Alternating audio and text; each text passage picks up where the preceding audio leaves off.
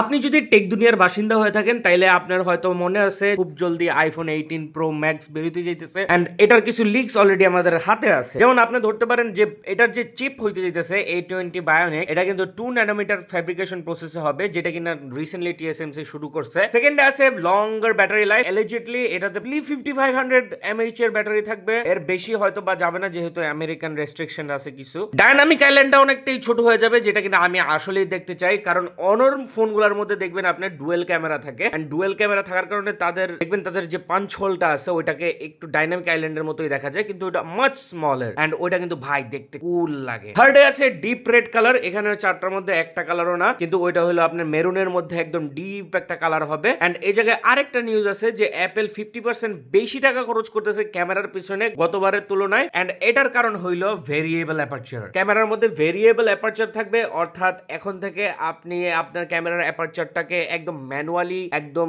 কি বলে mechanically control করতে পারবেন এবং মেকানিক্যালি অ্যাভেলেবল থাকবে ফিচারটা। এবং সর্বশেষে আছে নতুন C2 modem, and that will be it for Apple today.